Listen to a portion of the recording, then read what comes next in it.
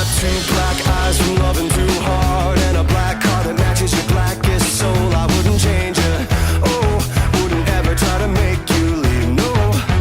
Oh, the neon coaster was your sign, and the Midwest wind, Pisces rising, wouldn't change it. Oh, wouldn't ever try to. All right, what's going on, everybody? I am the one, the only, the WOOKIE. Doing one of our favorite segments today, but first we got to introduce the kids, not mine, which is standing right next to me. We got the Smoke Show Drazcore. Hey guys, how's it going? And the E to the W to the O to the K to the underscore to the JR. Hello, Keyforge community. Great to be here tonight. That was far too long. Mm-hmm. I feel like I need to put the Jay-Z song. E to the double. Yeah, we'll stop it there. Okay, anyways, but we're doing AMA like we said we were going to. Oh, I don't know if we said we were going to do it last week, but we did ask you guys to post your questions in the AMA section because it had become that time where the AMA cuppeth overfloweth, and it's just time to get some of them out of the way. I don't know if we did enough our last AMA. Like, I think we missed quite a number of them. But we got to a lot. Yeah, we went through a lot. We had 2 episodes, but at that point, Drazcore, you weren't with us. No, this is Drazcore's first AMA. We got to bring in. Yeah, we got to bring in. I was just a listener submitting questions. Yeah. Yep. Now you have to answer them. Dun, dun, dun. Yeah, I know. I'm with the wrath of our listeners. I'm pretty sure my question that actually got read out on last time was if we were at a bar, what drink should I order each of the hosts? I'm pretty sure that's what, Did we answer? Yeah, we did. Okay. You guys did. Remember. And I don't remember what you guys said, which would be very helpful. I should go back and review that for. I mean, I'm a screwdriver kind of guy. I won't turn down good vodka. I also like good beer, though, too. But don't give me an IPA. I'm not like Ewok. Ewok will take the IPA. Oh, yeah. Yeah, I love those IPAs. I will take anything that's not made in this country. Okay. Yeah, okay. There you go. So there you go. Should we dive in? We got a list of questions from you, and then I got another, secret list. Ooh. Yeah, so you guys won't see them coming, because normally I just put them all in the sheet, and... Yeah. I mean, I don't know. I thought maybe this would spice anyway, up a little bit. How long has it been since we did an AMA? Has it been about a year? I'd have to go. Give me a little bit of time, and I don't even remember. But let's get it started. This one specifically poking at Drazcore. X-Rays wants to know why you didn't pick him. Wait, why are we calling out X-Ray on this? Because it's actually somebody actually put it in. I'm assuming you. I think it was X-Ray. If I go look at the questions. Oh, was it? Yeah. Why does Drazcore not pick me? That was X-Ray's. I don't know who put the questions in the Google Doc, but somebody actually left X-Ray's name in there. X-Ray, you have to earn my love. That's what it is. Yeah. You can't buy your way into Drazcore's heart. I mean, bribes work too. Oh, bribes always work. We love bribes on the show. Mm-hmm. Absolutely. All right. Except for Ewok. He doesn't love bribes. He does not love bribes, no. He won't even smuggle candy into a movie theater. Why would you? It is no, that is wrong. Okay. I mean, smuggling's not even the right word. It's taking something you own to a place you are going. No, there are specific refreshments that are at a movie theater that you pay for. Mm-hmm. Otherwise, it is literally smuggling it in, Han Solo. The last AMA was on September 3rd, 2021. Okay, so it's been, about 6 months? That seems about on pace for us. September, October, November, December, January, February, March, April. Yeah, it's a little over 6 months. We're on pace. It's okay. All right. What is a gimmick card or a set of cards you wish were better than they are? Drazcore, you got this, man. Well, I something popped right in my head. I feel like this has probably been said before. But I'll start with it, and then maybe we can come up with another one. So definitely Igon the Green, Igon the Terrible. Just thematically, those cards are so cool, and the art is so cool, and they're just not good. But the whole concept of I'm going to have a creature that does one thing, and it's decent. Well, in theory, it's decent. It's actually terrible, but it's at level X, and then I'm going to get a new version of it when it dies. That's at level 2X. Like, that concept is really cool, and I hope to see more of that. But X needs to be way higher in terms of power level in order for that to be at all useful. Plus, it just can't be in Worlds Collide Brobnar. Ewok, what is your favorite? What is a gimmick card you wish was better? Okay, so you definitely hit on Igon Green. Igon Terrible. That's just bad. I'm going to take a little bit of flack for this, but you really have to have the right deck, and I think that Drawn Down, Dive Deep, and Dark Discovery has potential, but in practicality, it just is not showing up. And this too many cards. It's too many cards, and so that is it.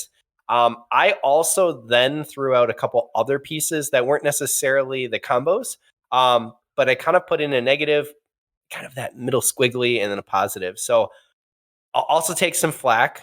Different, very, very different. But Epic Quest is one of those pieces. I thought it's a really, really cool card. It's not. It is not a gimmick, but you just have to have the right deck set up for it. And more often than not, there's very few decks that can pull it off. Ironically, DT has quite a few. In DT, you can actually pull Epic Quest off a lot more because of the archiving and because of the Sanctum creatures that's there. I think DT ships is another kind of meh. The idea for ships is cool. Yeah. It's not linked, but that was the gimmick. And so as a gimmick, it just really, really falls apart.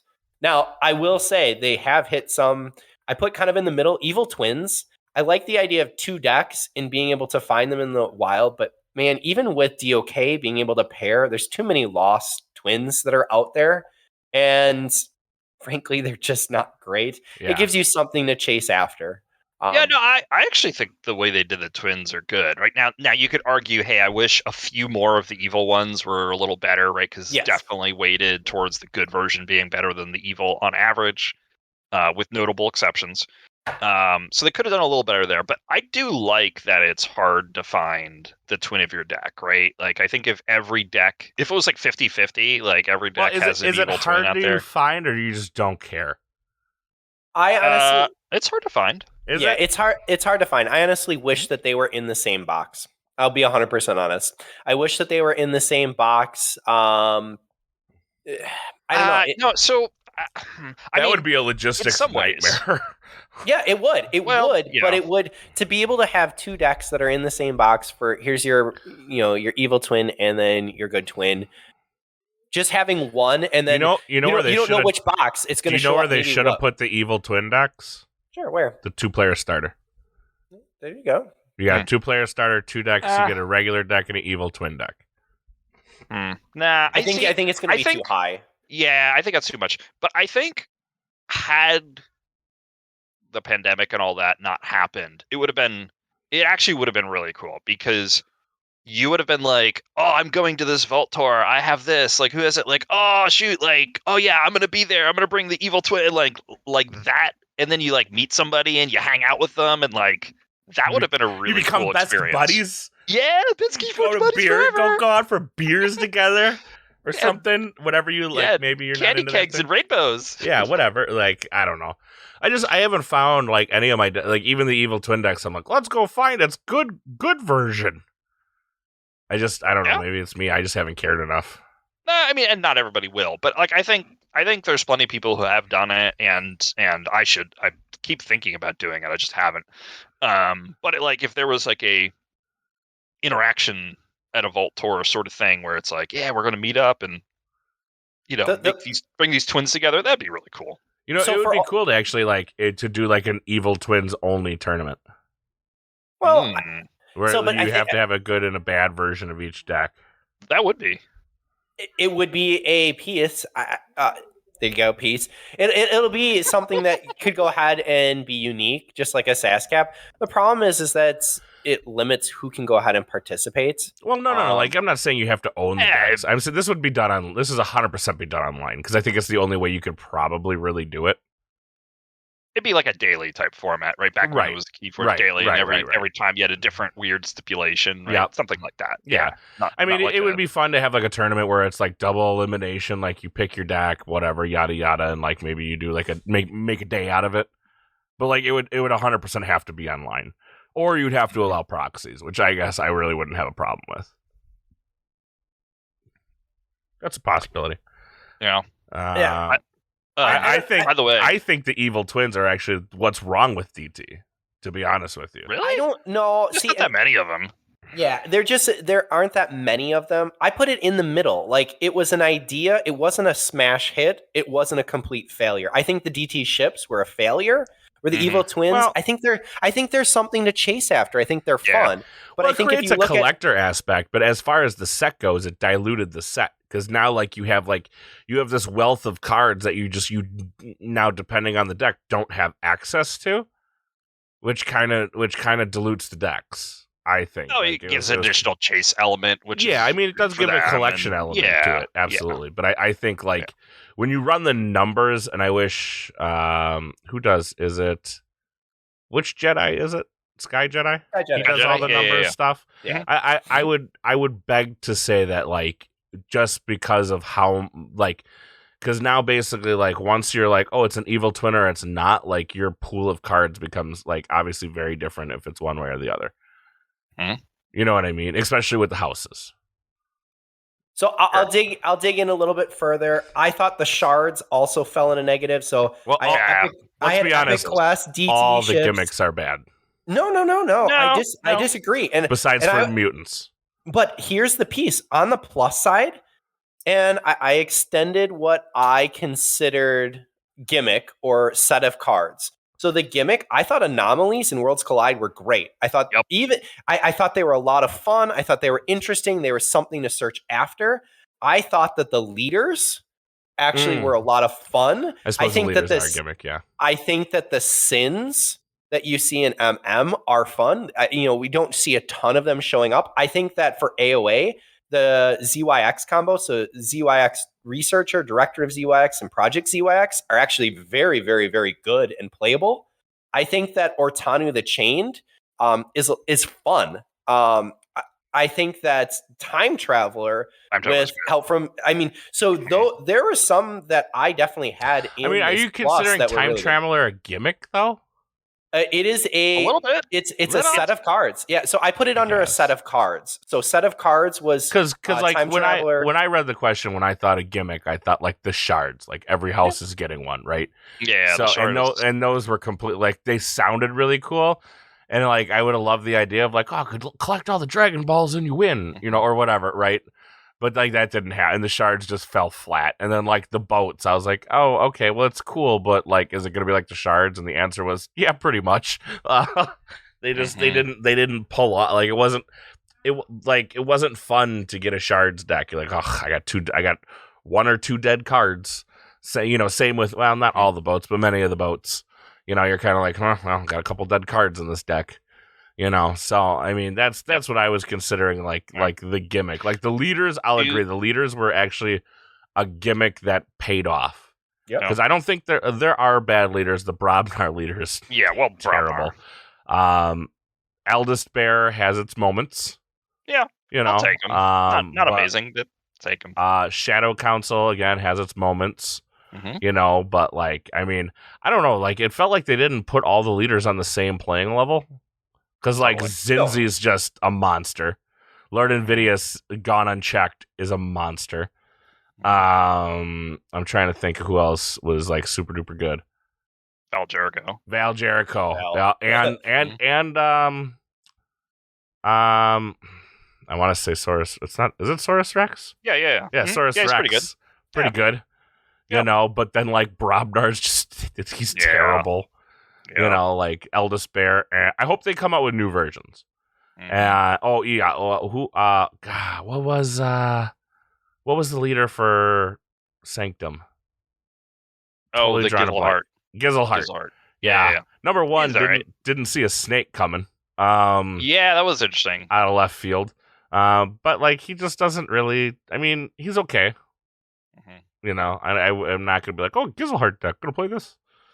You know, I hope they redo the hero or the leaders again, and we see like new versions. You know, or like maybe a leader's been knocked off. I don't know. Like, they're writing lore for all this, so like, oh, maybe Eldest Bear has stepped down as the leader, and now it's Niflkong. I don't know, something like. Well, I know the Nordic Keyforge podcast when they were doing their lore bits, were talking about how they think that because Sarius Rex did not return and the other leaders did, and there's the whole Roman theme that he's been killed, and maybe there'll be a different leader in the future. And so I kind of dig that. That'd be pretty cool. Mm-hmm. I mean, it would be cool. Like, I think one of the fun things about Magic is the cards relate to the lore. Mm-hmm. I've always kind of found that interesting. Like, there's a story behind what's going on and each new plane and all that. And I'd like Keyforge to follow that. I don't know if they can, but I think it'd be fun. Mm-hmm. Mm-hmm. Let's see. Let's move on. What is the best card and why is it Quixelstone? I mean, I don't think Quixelstone's the best card, but Quixelstone is very good, right? Like, there are moments where Quixelstone's amazing, right? It's like when you're just opening random decks, right? And you get a Quixelstone in a deck, you're like, I hope it's going to work in this deck. And you're reading, you're like, 23 creatures, never mind. Right? Not going to work. So what you started with is counting your creatures, and it was already eliminated. Got it.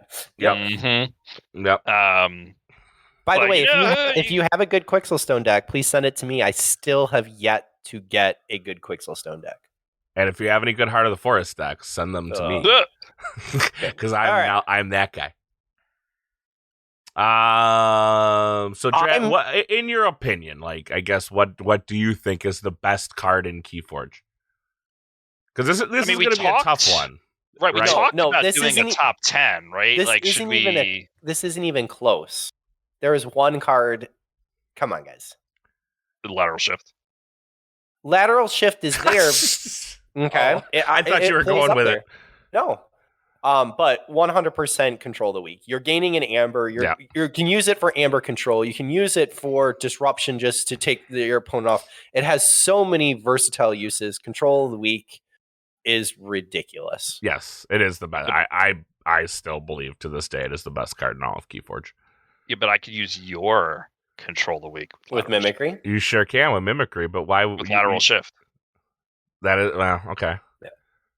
I mean, the problem with Mimicry, and you see Mimicry against great decks has amazing response because as long as there's an action that's there, you're going to go ahead and be able to use it. However, if you're playing a very heavy creature deck like we were for ABR this week, you got a chance to be able to see very few options for Mimicry to be used. If they haven't played an action, that's another piece. Lateral Shift, yes, you can go ahead and see Lateral Shift. You get to just select the best card from your opponent and then be able to play it. It depends on what deck you're playing against and kind of what's there. Lateral Shift, because it's an anomaly, there just aren't a ton of decks that go ahead and have it. There's not. And both Mimicry and Lateral Shift are better in Archon than they are in Sealed, right? Yes. I mean, I think not too long ago, just a few weeks ago, Lady Red in our AC Sealed, she got a Lateral Shift deck. And I remember we played, it's like I had like a big, like 62 a million creature whatever deck, and she like looks at my hand, she's like, "These are all terrible cards." I'm like, "Yeah, well, enjoy." Feel some of that pain. Get some. Yeah. This is gonna be my anchor the whole night. So but in Archon. It's so good. So like, there's not a place where you open a deck and you're like, oh, Control the Weak. Oh, it's dead in this deck. No, it's never dead. Lateral Shift's not dead either. But no. I mean, you get the Ember for Control the Weak. Mm-hmm. You get it's so multi-use. Mm-hmm. Like it's a ridiculous card, and somehow they still chose to errata bait and switch. Just putting that out there. It is what it is. It is what it is. Moving on. To be honest, WOOKIE, if they errated Control the Weak, you'd be complaining about that too. I don't play a lot of Control the Weak decks, so not really. Of course, I guess, well, at least right now, I don't see a ton of them. I mean, maybe you guys see more because you're playing more in the leagues than I am. No, I mean, because Coda's not Coda's not king, right? Like Right. they're still around, right? Mark a disc then. Yeah, I I mean, mean, we that's see some of your that, that's right? your next best alternative. But I think that Mark of Dis, like there's ways to play around Mark of Dis. There's very little that you can do for Control of the Weak. And especially like having played against Control of the Weak with Screaming Cave, that they magically just keep reappearing. There's nothing that you can do because there you go. Don't play that. Yeah. Okay. You're playing the one house. All right. I'm locked out. Awesome. I can play one card. I can play two. Mark of Dis I like because I have options, and I think that they made the right move in order to push towards Mark of Dis. So I think that's a good evolution. All right. What is an aspect of Keyforge that you think is underrated or doesn't get talked about enough? Stumpers here. This is where I probably should have reviewed the question in advance. An aspect that I think is underrated. I don't know. I'm trying to think. Like, I mean, I love sealed, but a lot of people like sealed, so I don't think that's underrated. Yeah. I don't know if there's any part of I mean, as long as you're in the community, like if you're in the community, you're in the know. We have a very good community, right? Like, I mean, I've never really had any cards like go bad on me, like quality wise. So it's quality cardboard, right? Yeah. I mean, I don't know. Ewok, anything? So the piece that immediately jumps out is we give a lot of flack to FFG for card design, but yes, Oh. yes, there is a number of pieces that do well. I believe that FFG, with their approach, they're looking at having the game be fun, and they have to balance this aspect of it's a pretzels and chips, it's a beer and pretzels game, and it is a competitive game. Can you have both though? I wrestle with this question whenever you talk about it. Well, but because can you have the non-competitive beer and pretzels game along with a like a tournament scene, a very competitive scene? Is that a possibility? Like, can you have your cake and eat it too in this scenario? The answer is yes, and it comes down to card design and where the cards are placed in common, uncommons, rare, and your specialty. I believe that overall, especially early sets, the designers did a phenomenal job at making sure that you weren't looking for a rare card, so it wasn't a pay for play piece. It was more of a lot of your better cards came in your common slots. I think that they've moved away from that, but they've really done a nice job at balancing most of the new mechanics out. And that's why we see so much fun being had in sealed. So the area that I honestly think that's underrated when you look at other games can't go ahead and say, hey, I can open up a deck and I can play it. They have worked on that algorithm, and they've done a nice job to make it so that you can play sealed, you can play Archon, you can play beer and pretzels, you can go ahead and play competitive. And that's a really, really big task to go ahead and say. So I don't feel that the game developers get enough credit for offering us many, many, many multitude of hours of enjoyment. What elements of the game design do you feel could use the most work improvement? Is this where I get on my soapbox? Yes. Okay, perfect. So, I mean, there's no way around it. Every time you release a set, right, there is going to be a house that's bad, right? Or I shouldn't say a house that's bad, a house that comes in last. Mm-hmm. However, many times there's houses that, that number one, there needs to be more mix up between the houses, right? I feel like Untamed falls within the top half most of the time. Logos is always in the top half. They've done a really good job with Shadows because Shadows was like king, and then Worlds Collide came out and everyone's like, and then, Mass Mutation came out and they were back in that top half.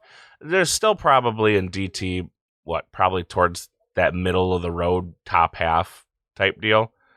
But then, like, Brobnar have, in Coda, they were okay.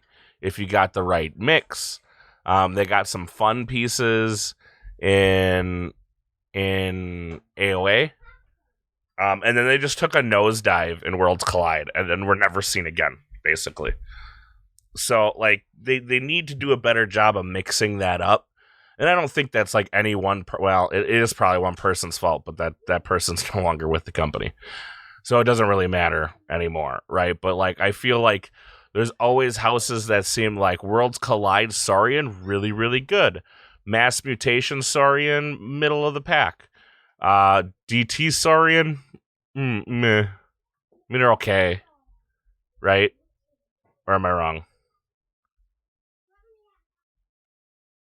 I think DT Saurian is mediocre for sure. Right. I mean, occasionally you can get good lineups, right? I mean, it does have Faust, it has Bury the Riches. You know, it's got City some State stuff, Engine, right? Yeah. City State, So, right? but, like, it does have some good cards, but yeah, I think they just need to do a better job of, like, making sure that, like, each house gets its time to shine, right? Yeah. Sanctum was horrible in AOA, horrible in Coda. I mean, they weren't horrible, but they weren't great in either set. They were probably bottom 3. And then they took a break off for Worlds Collide, came back in Mass Mutation. They had some pieces, so they were all right, you know, and actually borderline I like them a lot for good. sealed. Yeah, they're good and sealed. And then, like, how's DT Sanctum? Like, I haven't seen much of it, so I'm guessing it's very mediocre.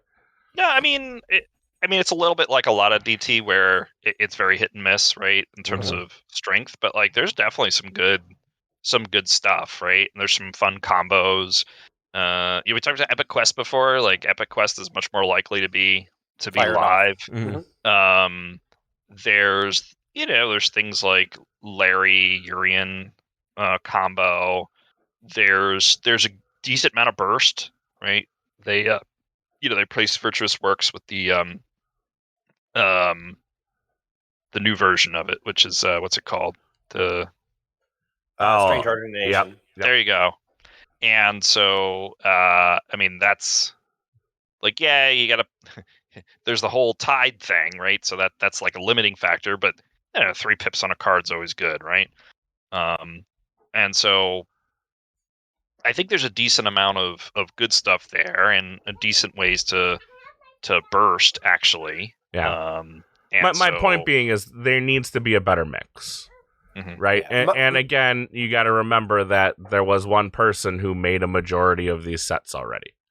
So, they were probably already off to the printers before anything else. So, like, there needs to be a better mix. I do feel like there needs to be a more... I would love, like, a more, I don't even know how to explain this, but, like, foils are definitely a thing I would like to see them implement. I don't know how they'd implement. Why? No foils. You don't want foils? I want foils.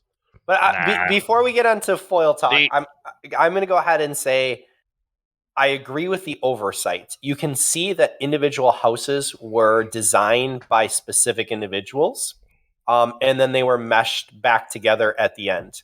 I think that the overall look of Keyforge for a set needs to be looked at a little bit more thoroughly before they go to the printer at that point.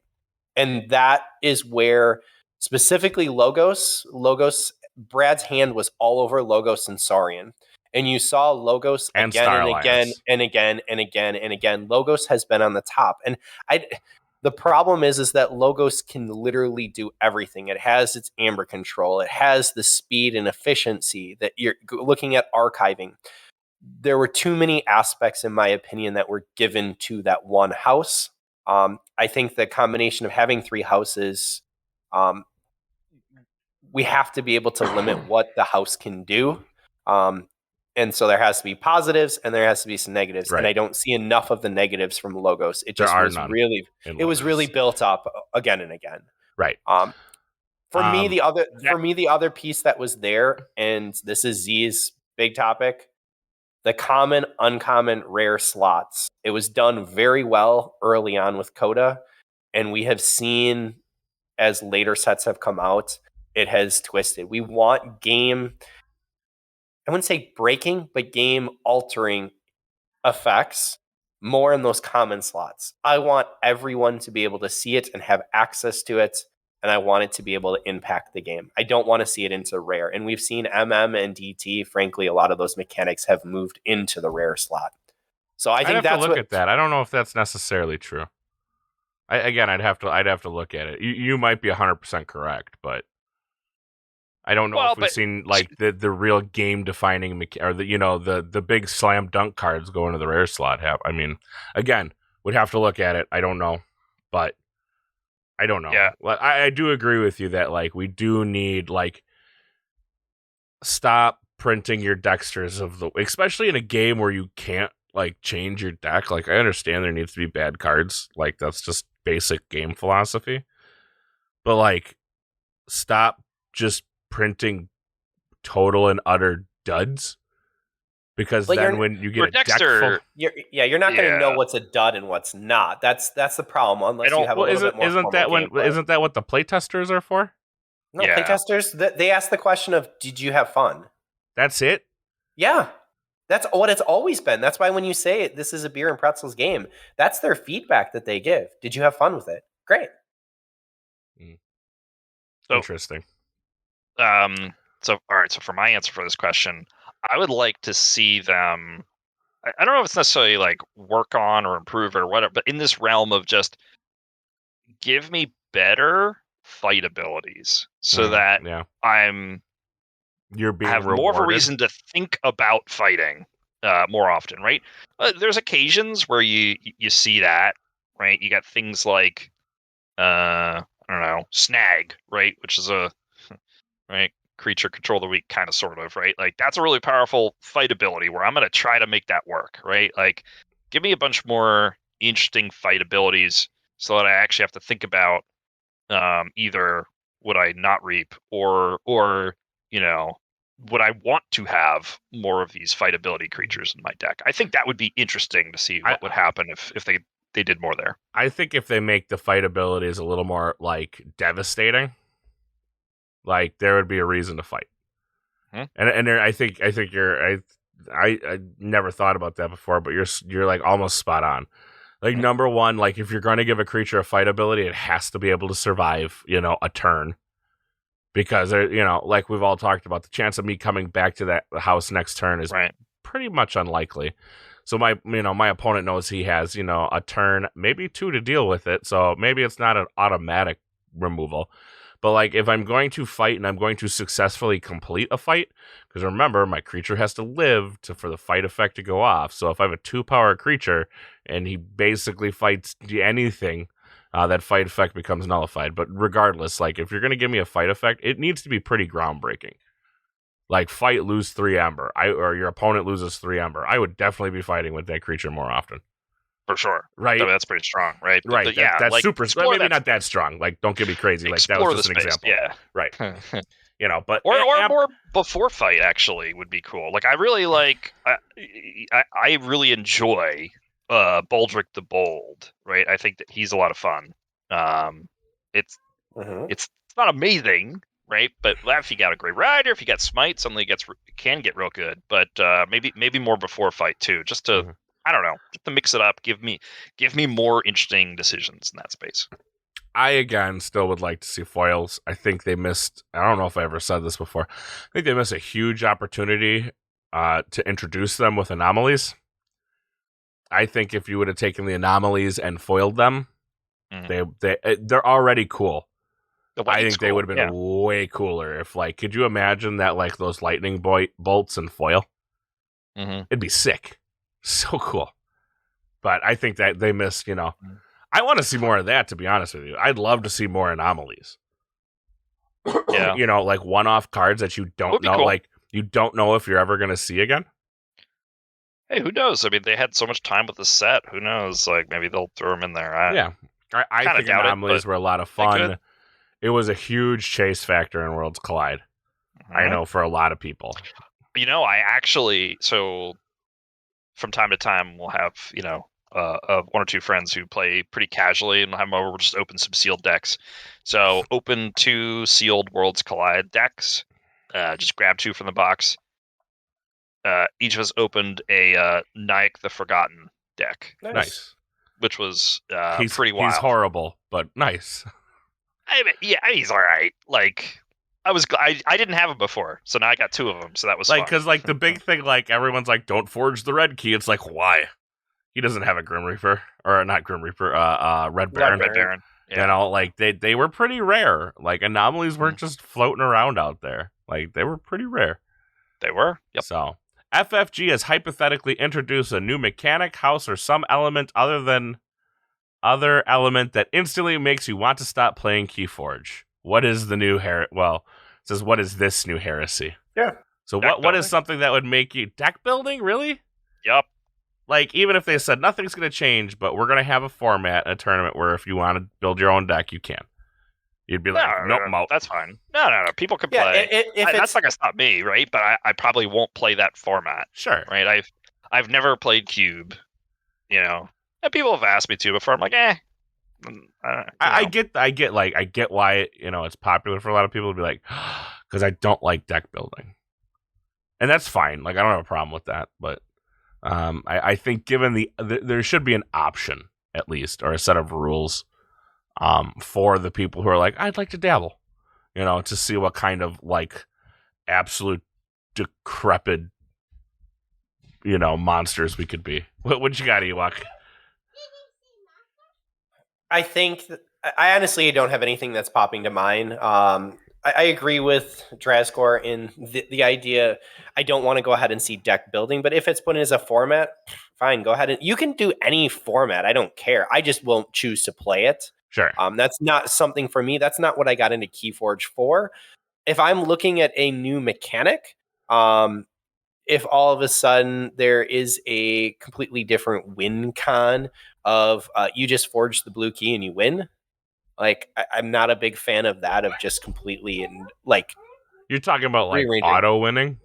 Well, okay, so winds of exchange, we're looking at trade and barter system. Yeah. It's like, well, I will go ahead and at any point I can turn in an archive of 12 cards, and you can go ahead and win the game automatically. I don't see how that goes ahead and helps us to be able to move on. Do you think they do something like that though? Well, but they said, what hypothetically introduce sure. new mechanic or Okay, house. Fair enough, yeah.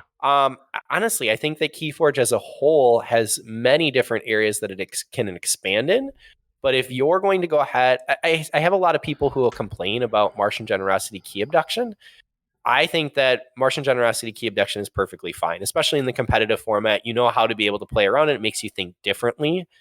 I even think that Heart of the Forest has options, but Heart of the Forest is really crossing over on that line where if you limit what the other person can do, it's just not fun anymore. And Keyforge has always been a game about having fun, playing cards, moving on, being with friends. The community is amazing.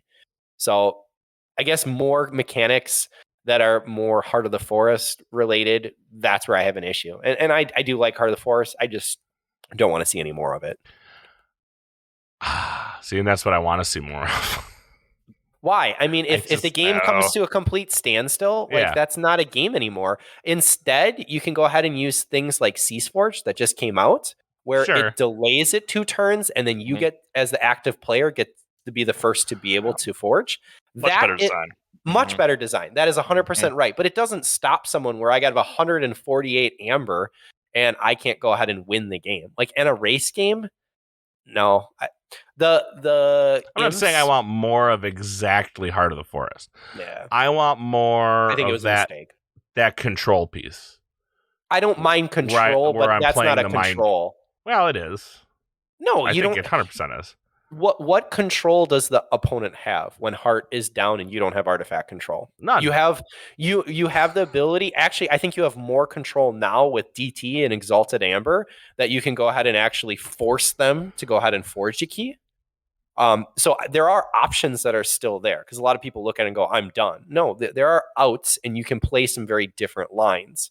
But the problem is if you don't have artifact control, if you don't have ways to exalt to provide Amber to your opponents, you're very well restricted. Heart of the Forest also has issues that not all of the decks, because it's algorithmically generated, not all of those decks have a win con. And that becomes really depressing to play against because sealed is an option just like Archon. Right. So that's the only real hypothetical piece that is going to kind of drive me bananas. But I love Speaking the of game. sealed, is Keyforge at its best in sealed play? Yes. I would agree. It gives everyone equal access to feel like they have a chance to be able to win. And I think that people who have played sealed more often, who have experience playing Keyforge, have a higher chance to be able to win with the deck. If you give the same deck to two different people, which isn't really the option that we see, you will see someone who can pilot it better take it further. However, anybody can open a super spicy deck and anyone can go ahead and have that deck fit their style. It also gives you a chance to open something that's new and unique that won't ever be seen. I think, again, I agree. Sealed levels the playing field. I can't bring, what's X-Ray's deck called? Dominic? Donovan? Whatever it is. And just be like, oh, I level the playing field. Thanks for bringing that to Chainbound, by the way. Oh, he lost when he brought it.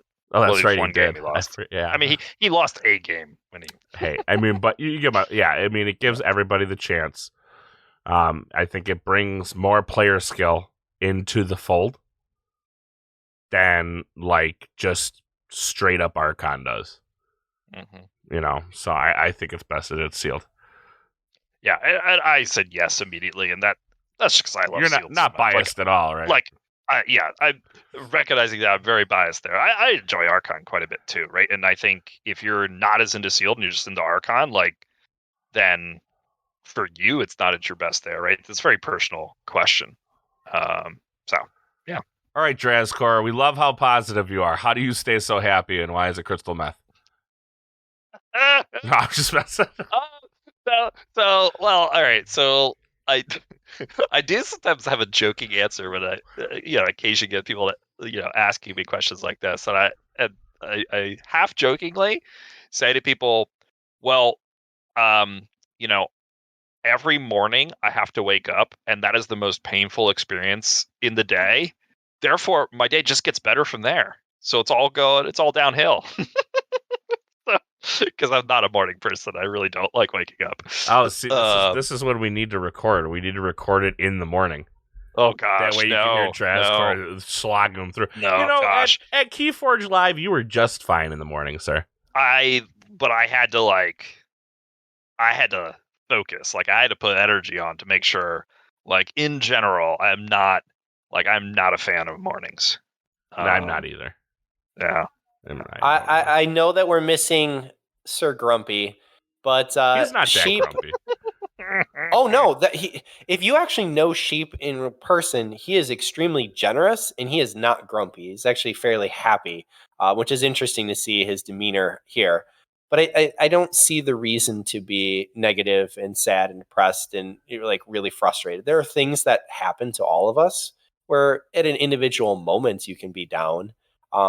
But we got to look at the positive and what is here. Even with a game that's on hiatus, we have a great online community. Is that glass half full, half empty? That's really the approach you got to go through. It's like 3/4. You can be beaten. I'm not gonna lie. Well, but we're all gonna every day, whether that's work, whether it's your life, what you make of the environment that you're in that has an impact on those around you. Why not be positive? Why not be happy? A simple piece of smiling. Try it. Yeah, there's truth to that, right? There's in my real life, I'm in IT land, right? And I like to joke that I was too good at coding, so they took my keyboard away and made me a manager. That's my joke. So, okay. But there's this whole thing called the heliocentric effect, which is basically if you are positive and you are, but genuinely so, not fake. There's people who are fake positive, right? That genuinely positive and genuinely hey, I think we could do this. Hey, I think we can go the right direction. I think we can make this thing happen, right? Like, and you do it in a genuine way, like others feel that, and like you can make good things happen, right? And so I do sort of like believe that, you know, if you always had to force yourself every second to be positive, then you're not truly positive. But like giving yourself a little jump start, like, hey, I'm going to be positive about this thing, and it can snowball, it can steamroll. Like, yeah, like let's have a good time, right? Like just coming and like smiling at someone, right? And like you know, this is probably going to be a good conversation, right? And most of the time it is, and you know, unless you're talking to Wookiee, and then you know, then you know what happens. Listen, I'm just the realist of the group. I feel like that Vietnam War vet where I've seen this before, man. You know, like, and I have. That's the thing. Like, you know, you and I just talked about like the FAB Fab 2.0 and all that jazz, and it's like I've seen this before, and I can name the game I saw it in because I was playing the game at the time, and like how it just drastically just murdered that game. And, you know, like, it's like, I have seen this before. And I've never seen anything quite like what we're seeing with Keyforge, with, like, the hiatus and all that. But, like, we live in a time that, like, I don't think any of us have ever seen anything like this. Sure. So it's very interesting to, like, and I think it's fascinating to watch, like, this whole thing. And maybe I have to go with X-Ray to see if he wants to do a fun little episode about Fab 2.0, because, like, it is... If you're not paying attention, pay attention, because it actually is quite interesting to watch right now. But no, I'm a realist. You know what I mean? Like I often in life I found it's better to plan for the worst and hope for the best than vice versa. So that's what I do. You know, that's how I'm wired together. So. I don't mind. I agree with that in some ways, right? Like, but I think and it's just a different. Like, honestly, like you hear me on here joking and laughing and stuff. Like you should be yourself. Like, don't force yourself to be something you're not, right? Because I have never not been myself, right? And people kick me in this, kick me for it, for being on this show. But I've literally been kicked by people. Oh, we have a sheep. There's a sheep. I've been here all along. Silent. Yay, Shane. That's a lie. He hasn't been here all along. Not been here. He's been here for all like 5 minutes. Is that what that heavy breathing was in the background? he wanted to come in and say why he's always positive and happy. Because I get to play Keyforge with awesome people. Yay! I think the piece comes down to being... If I have a negative attitude about it, does it change whatever problem I'm encountering or enduring at that point? If I can be positive, it at least has a chance to be able to get better, to be able to have support. You can bring others in.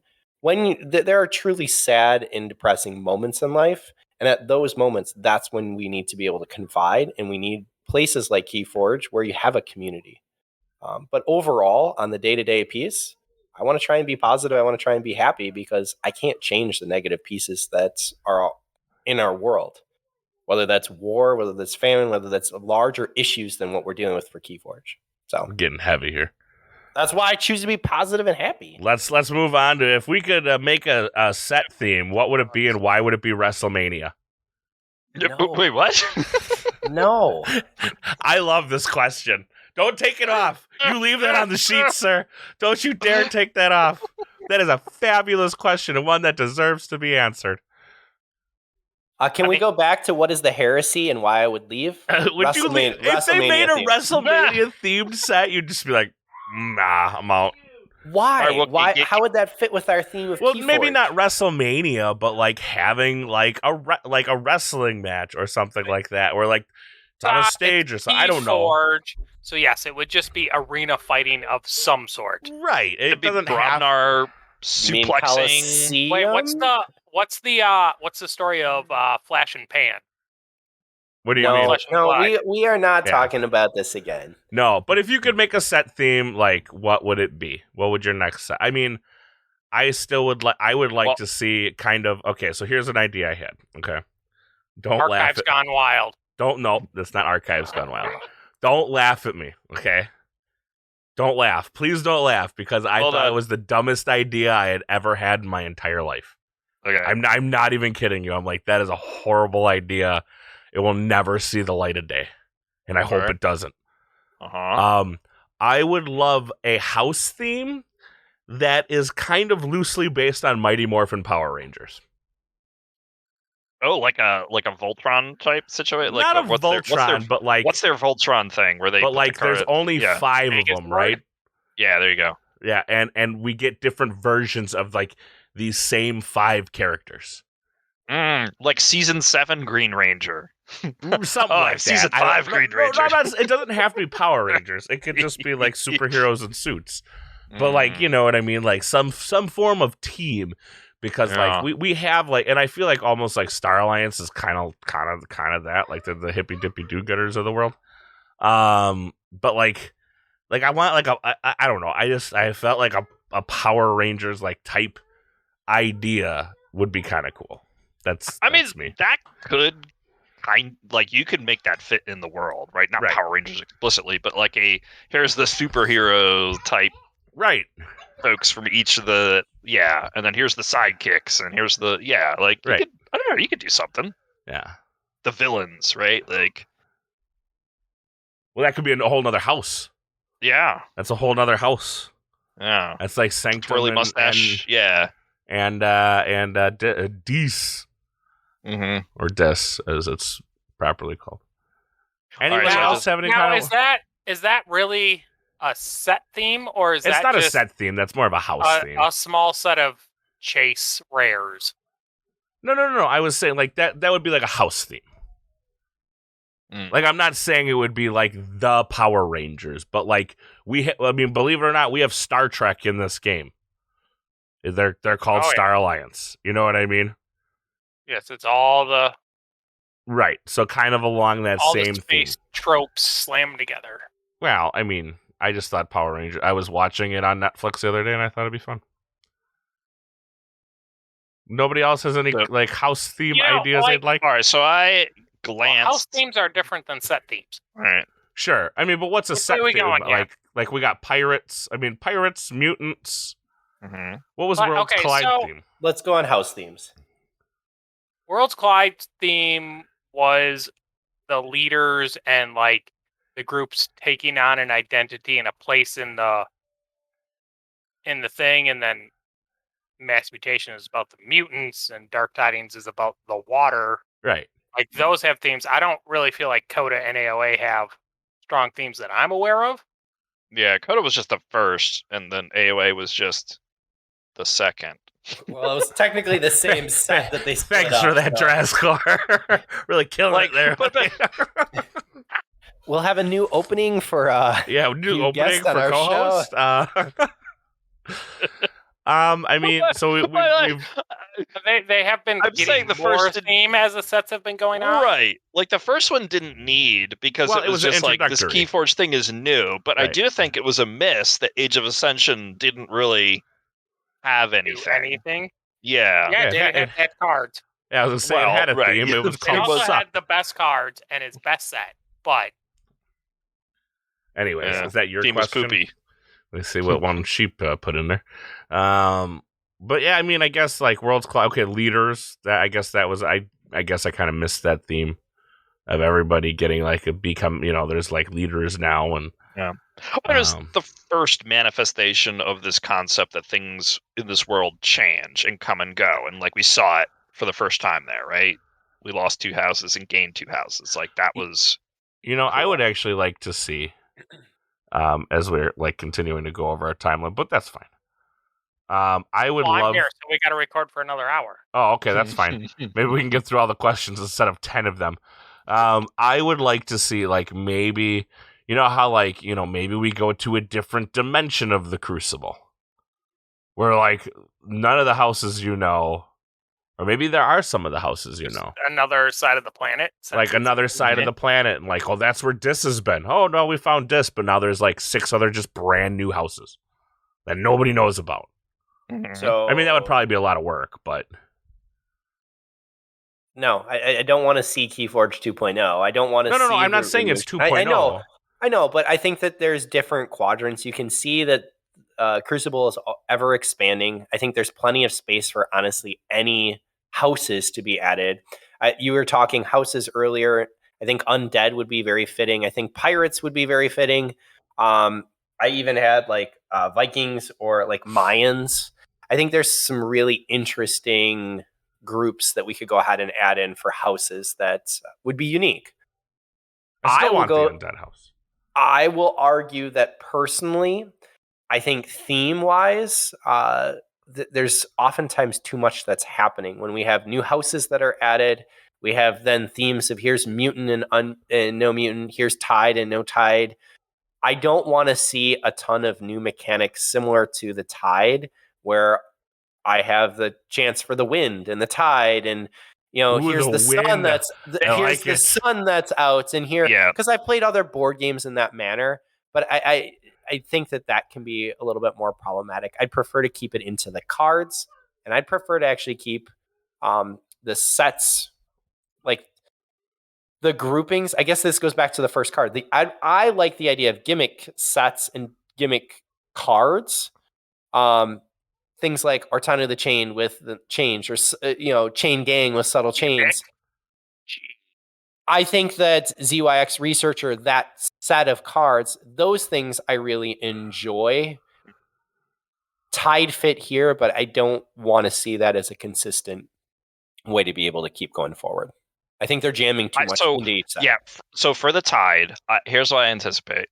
We will see a rule change such that things like the Tide are only in effect if one of the players is playing DT. I think they're gonna get there, because you're gonna add various things in the future, and there's just gonna be too many potential effects. Like they're gonna say, hey, it's only in effect if one of the players is playing that set, because there's gonna be whatever the 37th card is in the future is gonna, after however many sets, is gonna push that. I think that'll happen.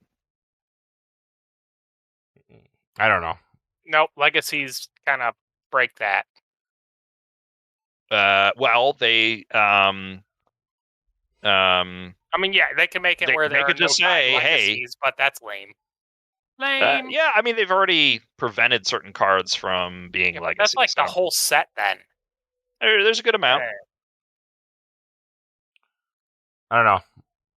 I know Ewok shut down my idea of traveling to a different dimension.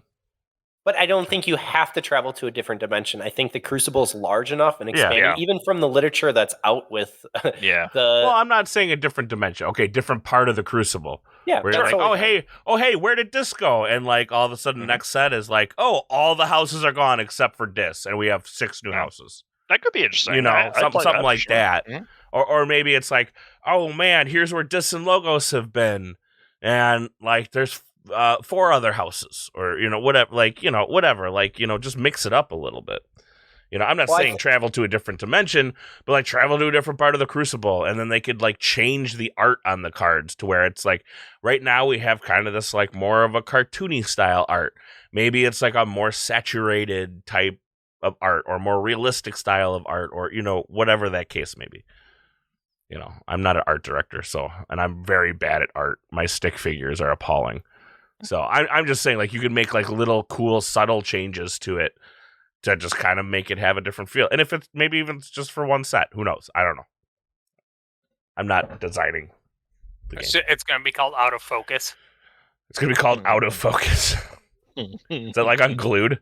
Yes, and then they're just going to pass everything through a crappy TikTok filter. Yeah, I mean, why not? Why not? All right, Sheep. You ready? This question is, I'm pretty sure you submitted it. Why is AOA the best set? Because it's best set? That's not a very compelling argument. What do you mean, why? Because I say so. Because Sheep says so? Yes. Okay. Because I am a titan of this world, and I get to make decisions. Oh. I don't know. Like, hands down, I had crappy, cheap AOA, and we play sealed. Now, plenty of AOA is trash. Like, I'm not, plenty of every set is trash, but I ran out of that AOA and I had to start playing other sets, and I did not enjoy them. What? And now I'm happy again playing my crappy French AOA. I don't know what it. AOA just has the right flow. It has efficiency that I like. I think it's just so that when you lose, cards, it's cool. But that's the big and piece. just when I AOA, lose, I can be like, you can be like, crappy fair. AOA, and throw your arms in the air. I mean, that definitely is true too. I do like the combo pieces from AOA. I do think that there's a nice flow. My only issue is AOA has major amber control issues, and too often you end up with no amber control or very little, 1, 2 card, and it's just not enough. Yeah, I don't know how they missed that. It seems like that was a huge oversight, because, like, you're not wrong. Like, a lot of the times you're like, 3 amber control, perfect. This will win games. So it can if you have massive amber burst. Sure. I mean, you have to have huge amber burst that's there. It just doesn't happen all the time, and so I don't know. All of its amber control was in Brobnar. That was a problem. All right, Sheep. Why is Keyforge so much better than Fab? Because I play it. Okay, fair enough. You know what? I've never even give Flesh and Blood the time of day. I've never looked at it. I've never even considered it. But what makes this game better than every other game is no deck building and decks of Keyforge's ability to help you filter through all the trash. Yep, and back to what we were saying earlier about the commons, uncommons, rares, right? The fact that it is not a constructed game lets you put the commons as awesome and the rares as situational instead of the reverse, right? Because for constructed game, you need it to be the other way around so you can sell packs, right? So yeah, I mean, I played one game of Fab. It seemed like a fine game, but I don't think Keyforge is better. I think it's different. Deck building, it's different. Yeah, it's different. It like the things it wanted you to do were a little different. I had no interest. I played the one game with whatever deck I threw together, and I was like, well, I could probably make this better.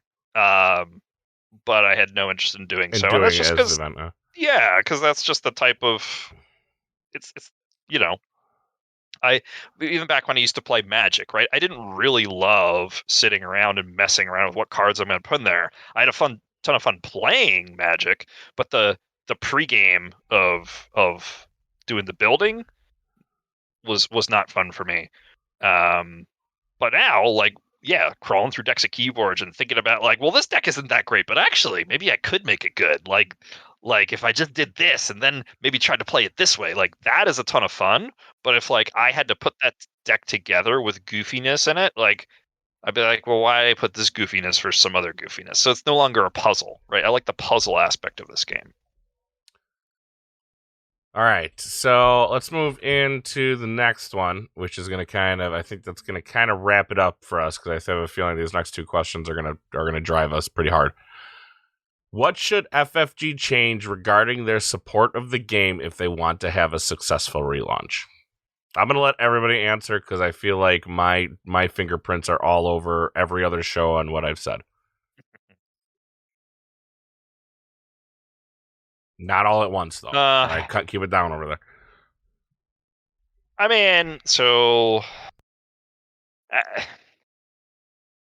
I guess they have to do at least what they were doing before in terms of Vault Tour style events, right? So you have to at least fulfill that sort of existing expectation. They've said digital, so I think you have to do digital, even though there's some of us that wouldn't necessarily care per se, but because we have TCO. But I think the biggest problem with saying they have to do digital's been around since this game launched. Right. But there is. They said they were going to do it, so now they kind of have to, right? And you want it to be good, because I do think, even though like I would be happy just with TCO, it is a big potential for a great source of new folks to come into the game. So I'm excited about that aspect of it. And is there other things they have to do? I think the biggest thing. I wish they would do better at what they were doing, right? I wish they would do a better job of finding inexpensive ways to continue to promote the game, right? Like in theory, those things should exist, but they're not great at it. But so I think that would help. But I don't know, the have to aspect is a little tricky. All right, well, I'll hop in here. I think that the immediate piece that has to go is live events. I don't know how else to say. When you see others playing, when you see other conventions that are being held, I know that they've taken a very, very hard stance, but if it is safe, you have to be able to get people playing. It is absolutely detrimental to the game that we do not have live events that are happening routinely and regularly right now all around the world. There are still places that it's not safe. Great, then pause. But we just don't have the support. FFG doesn't have the manpower, the individuals at FFG to be able to pull it off. Number two. So here's where I get this frustration, right? Because you say FFG doesn't have the manpower. Cool. They have to be able to pull people in immediately. We're talking months ago. You've had a pandemic, and we've always said that if the game is not ready to go when the pandemic is kind of when it's safe to be able to come back, other games have shown you that it's safe to come back. Other people are traveling. Other people are returning to work. Other people are doing things. FFG does not seem to have the algorithm ready to go at this point in time. And that's fine. It's not fine. It's honestly not fine. It's not fine. And I'll point out that the next piece, and I have it underlined: communication from FFG. Even the recent FFG post that was seen on Twitter, and this was ahead of time about kind of something that was happening on April 20th.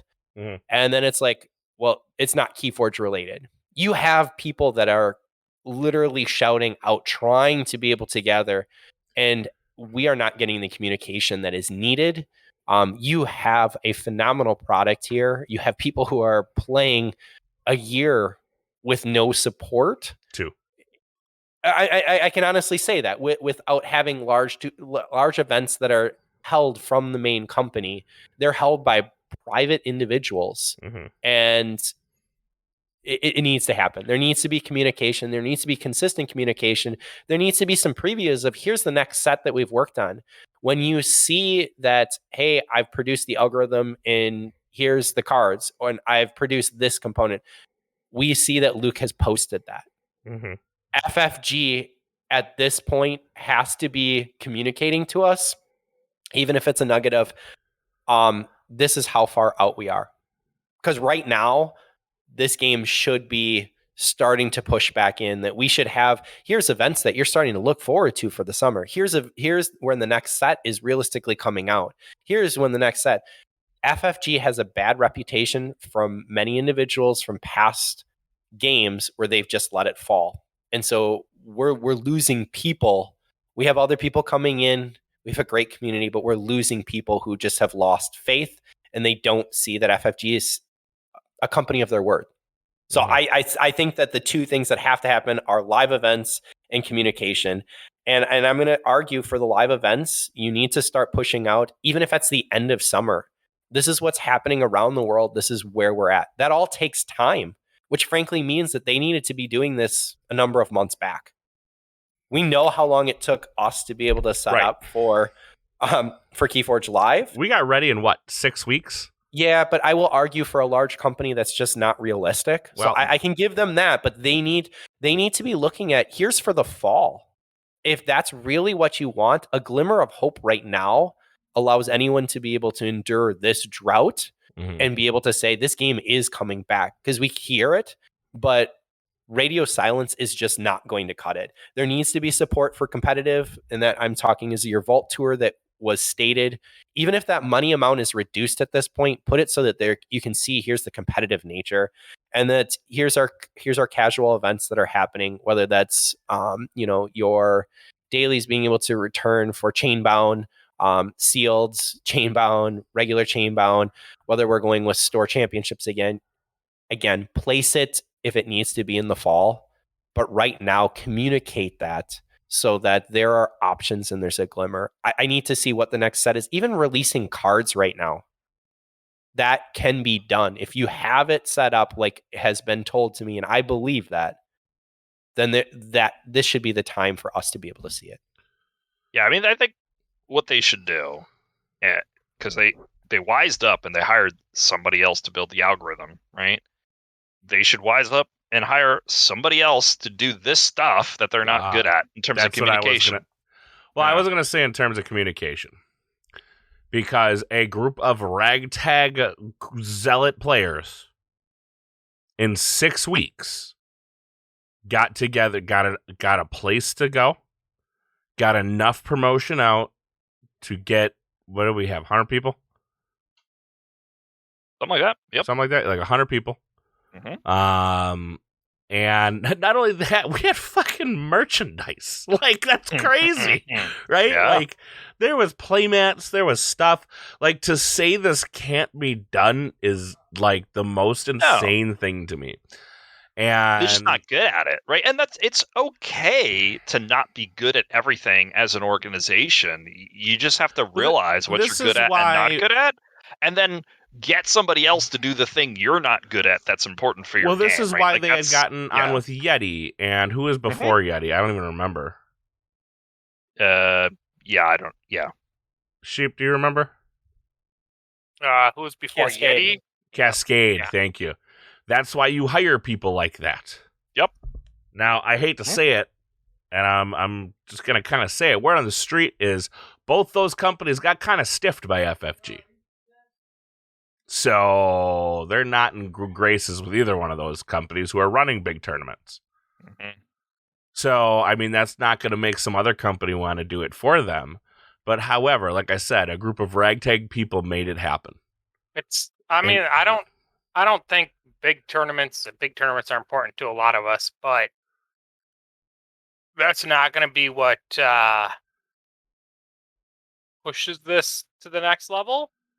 Yeah. Like, it's going to be the online play and getting easier access to more people.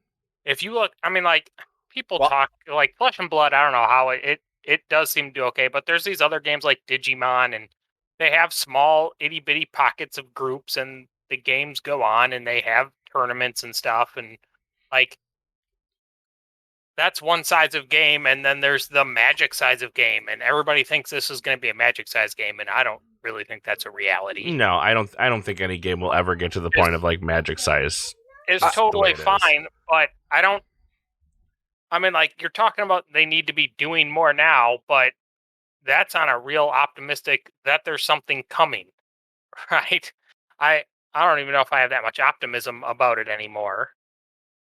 It could be that, well, isn't it word on the street as playtesters have decks?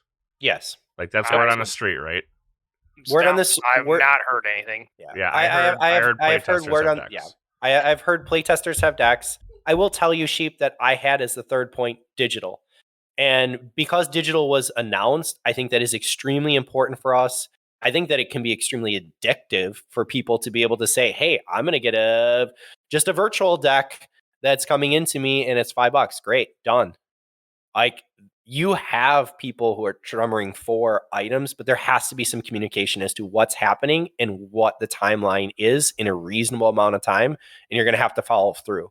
And I think that's the biggest piece. Like you said, communicate. And like, you have people literally like, Keyforge should be dead and gone, but yet somebody on Twitter still is like, is it Keyforge related? And FFG's just like, no, sit down, Timmy. Go sit in the corner. Like, you're on punishment. Like, it's so bad. And like, I know FFG hates putting information out there without like like having ultimate deadlines, but I think at this point, like you got to at least be like, here's our estimate. It is just like, and graphically overstate, it is just an estimate. Like, this is our estimates in August. And even if, we come close to August, say, July, they're like, hey, we know we said August, but here's, the new update. We hit some snags. You can even go into all the mumbo jumbo of the snags if you want to.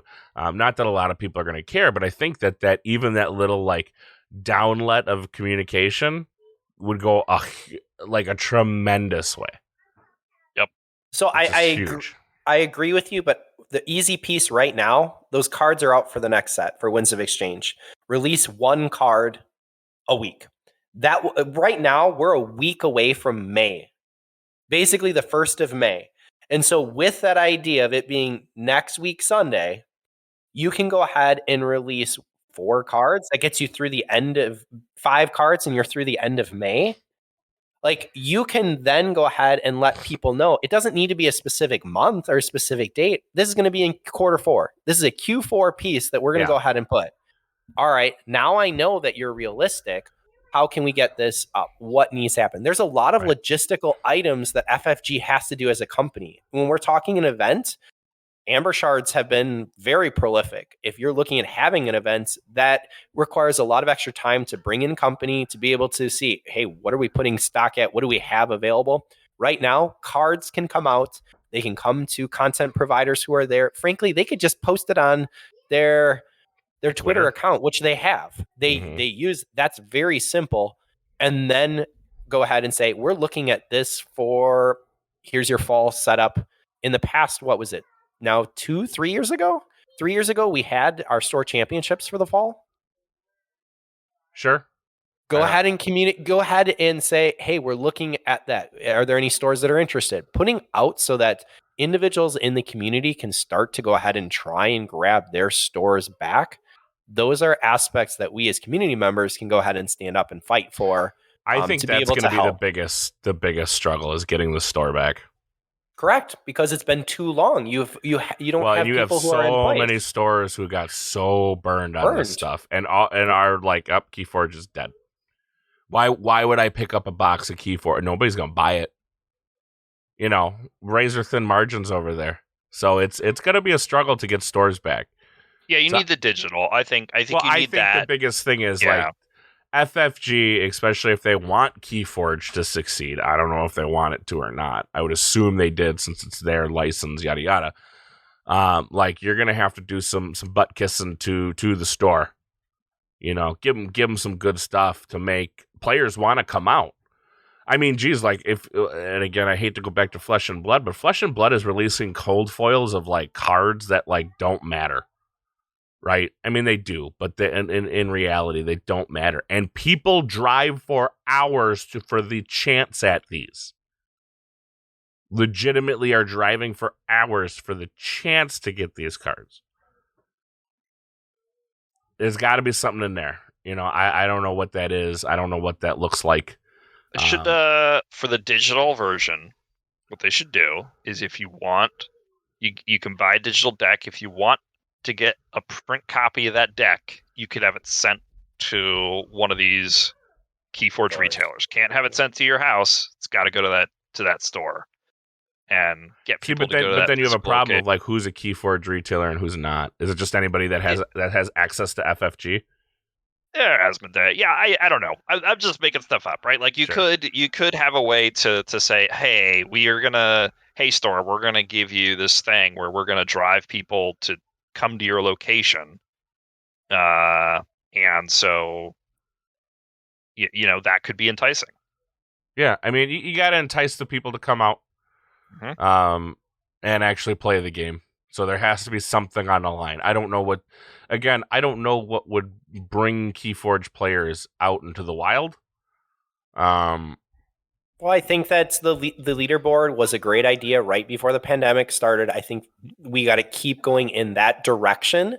I like Drazkor's idea. I think that even utilizing some of the Amber Shards to send, like, we all have Amber Shards, this can be turned in, but it can only be turned in through your through your retailer. And, we want to be able to establish those groups. Even if they come in to get it, there's access. Here's more Keyforge. Mm-hmm. And maybe it's simply a coupon to be able to go ahead and reduce the rate of what that deck is. Right. Simple 10% off. I don't know, but we have to think creatively. We have to get people back in and just being willing to go ahead and play. Maybe it's you come in here, you're able to go get a deck that's discounted to be able to play. Or hey, for your local chain bound. I mean, other games have these. Why not send them all? Like Magic has welcome decks.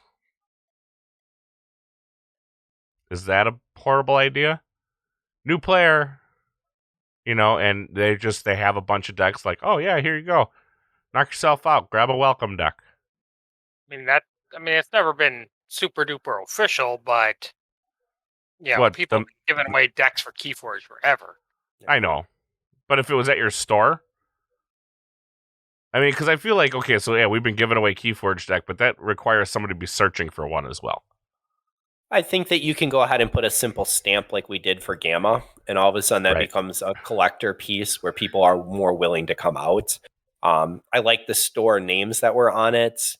Those are all require time. Cool. I mean, but those are pieces that you can use to entice players to come out. I do think that some of the different products, whether that's leaderboards, there are items that do bring players out, but we're going to have to build it slowly. I just, again, my question is what does that look like? You know what I mean? What is that item that would bring people out look like? I mean, it's not going to be keys or mats or anything like that. You know what I mean? I mean, especially for me, I have enough keys. I have enough mats, Do I need more? I'm going to tell you long before we go ahead and get to playing in person with those events, I need to hear communication from FFG that they're willing to go ahead and actually invest in it. Whether that's here's the schedule that I'm looking at. We're going to actually see live events coming back. We're actually going to go ahead and have the digital. That I need to see cards first and then build up to that. Mm-hmm. Agreed. And I think you and again, you don't have a lot. There's not a ton of outlets to do it. I mean, there's a handful of YouTube channels who are still doing Keyforge content, and there's a handful of podcasts that are still doing it. It's not many. So, I mean, I don't.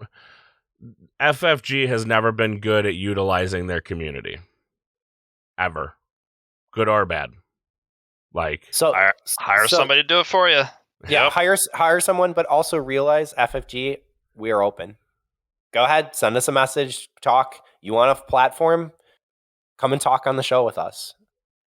I will put that out there here. Even if you want email correspondence, you want to be able to send a card. Tell you what, I won't even be there. It'll just be Drazkor, Ewok, and Sheep. There you go. Yeah, we'll keep Wookiee on a leash.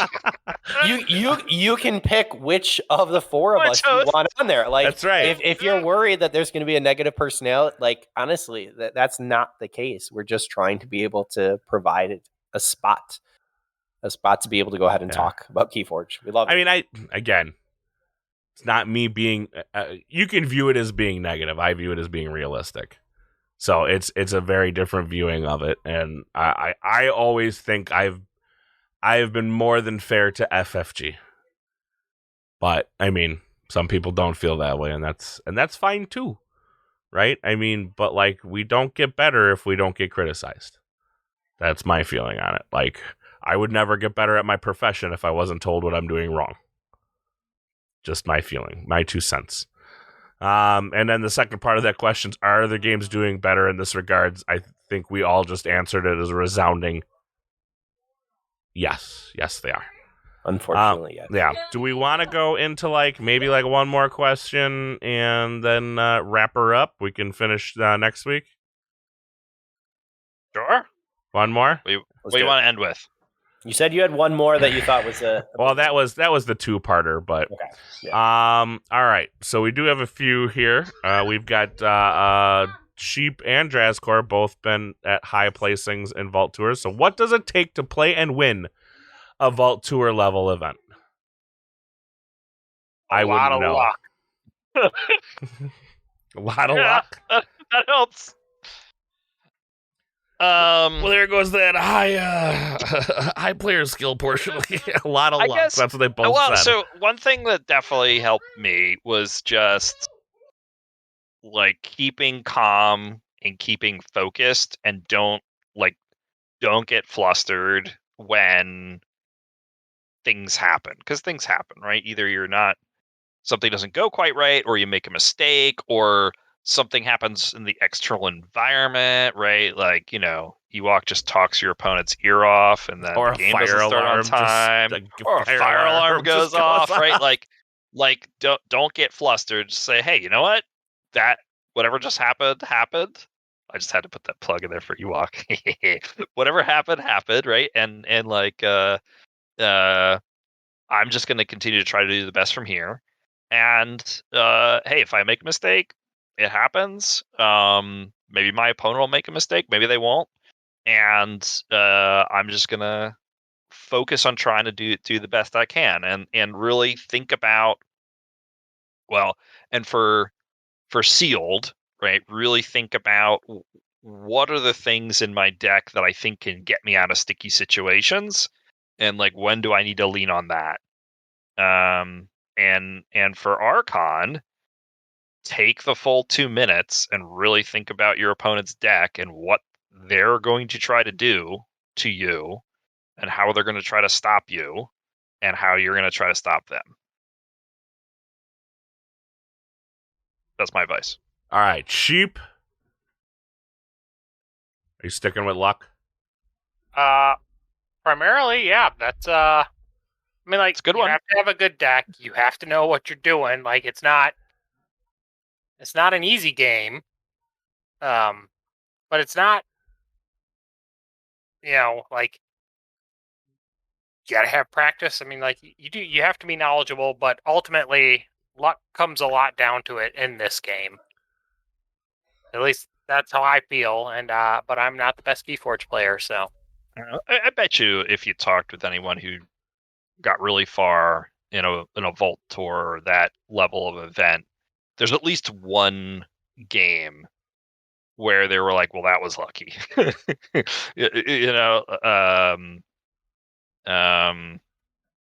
I know at PAX, like, one of the things that happened was I had an Onyx night, and one game was I think it was the top 8 match against one of the TTR guys, and I remember I just happened to draw the Onyx Knight at the moment when I had all of my even powered dudes out, and he had all of his odd powered dudes out, and it was a one-sided board clear at the right second that just, like, when I played it, he looked at the card, he looked at me and went, oh man.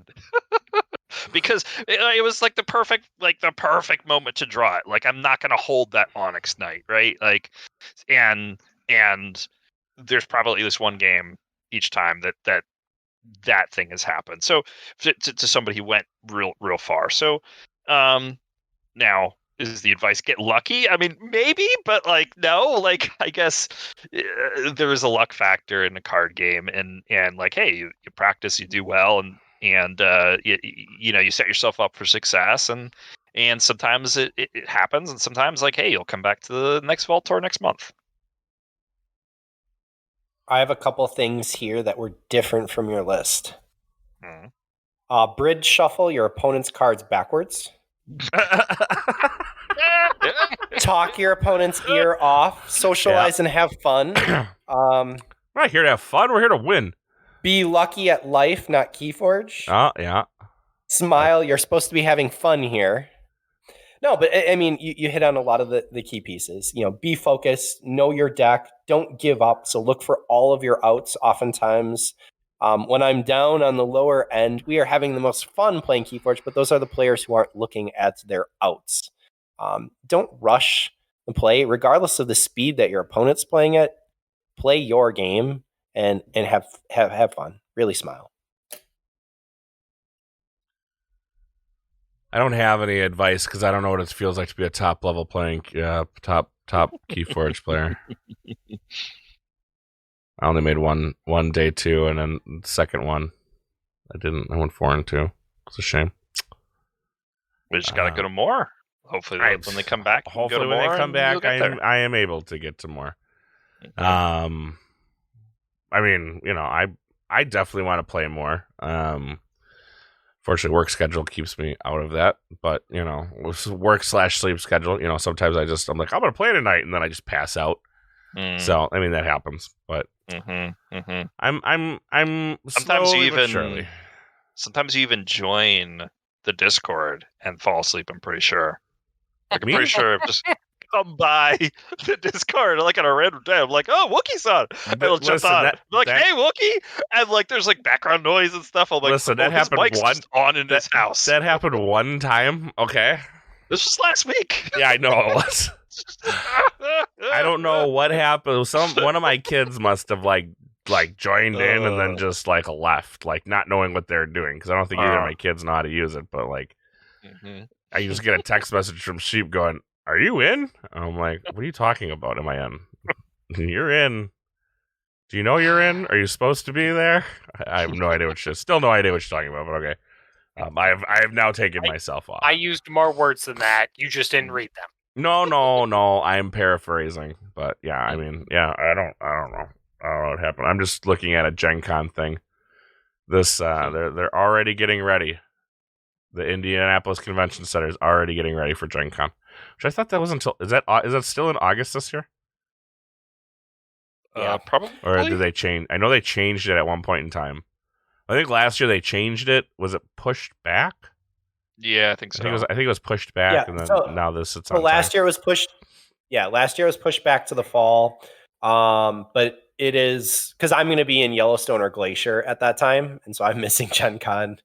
So it is the beginning of August that I had. I don't know. Exact date. Either way, it seems like a long time, but I don't know. Like I know, I'm trying to think of what his name is. Arthur? It's Arthur, right? Arthur Kelly. Is that right? Yeah, I think he'll be at least running something there. I think, yes. Even if FFG decides, and again, I don't know why they would just decide to not do anything, but supposedly they're also supposed to be having their big thing, State of the Union. Yeah, Gen Con. Yeah, Gen Con 2022 is August 4th through August 7th. I can tell you that Arthur will not be there himself, but there will be others who are running Keyforge for him. That I will just leave. But there will be people who will be playing Keyforge, and Arthur's group will be going ahead and running it. But he's not going to be there this year? That's a shame. No, he's actually taking on some pretty big pieces for work, and so. Well, right on. I get taking on pretty big pieces for work. Here I am talking about how busy I am, and I applied for the district manager position. What the hell was I thinking? Yeah, just busy getting busier, right? But either way, that's gonna wrap it up for us tonight. We'll kind of finish the remainder of these out next week. I didn't even get to the Wheel of Doom. We didn't even spin the wheel. So many questions, right. So little time. So we'll do another part 2. Hopefully we get to the rest of them. There's a lot, and hopefully we get to all of them, and Dan can answer some this time because Dan's here. So let's move into final thoughts. Dan, what are your final thoughts? I'm losing it sealed right now. Oh, fair enough. JR. We have a phenomenal product that is here. I hope that FFG stands by their belief, and hopefully we'll see some communication very, very soon. I'm excited for the next set. Drazcore?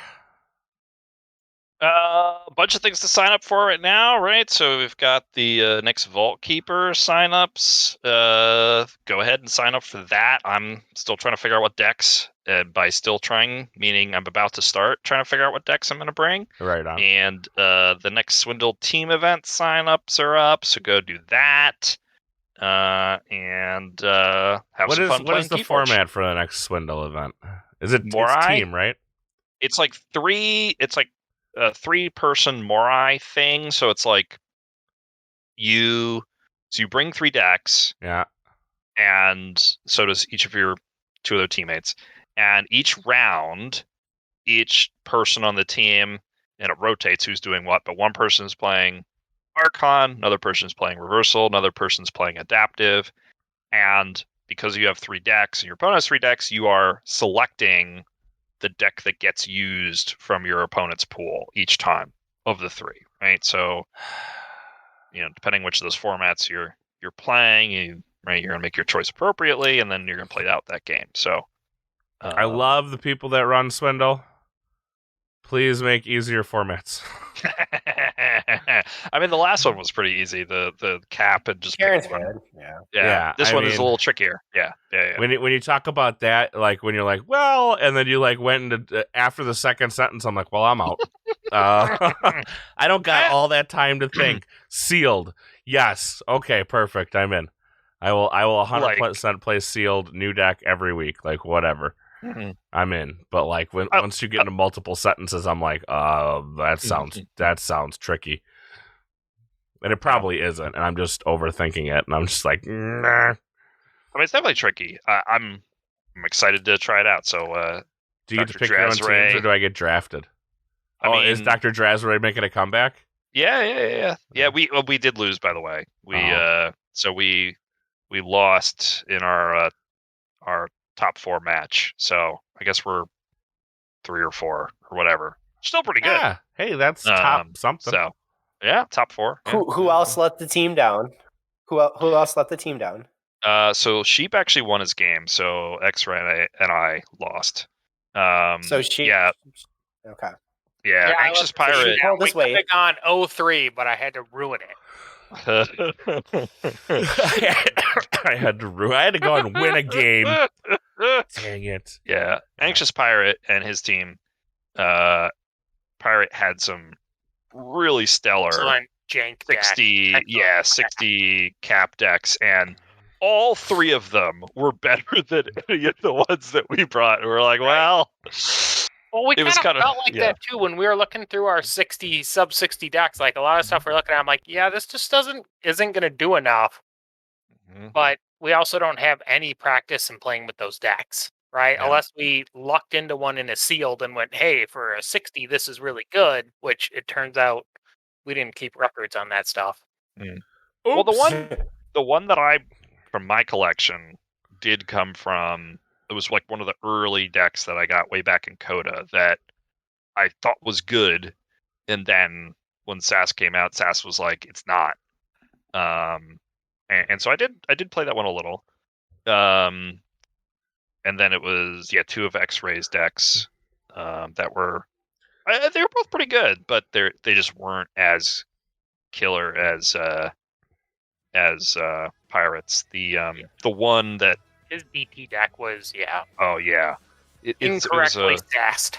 Oh yeah, it was like 59 or 60 or something, but it had Tide Warp with like Mecha Buoy, and the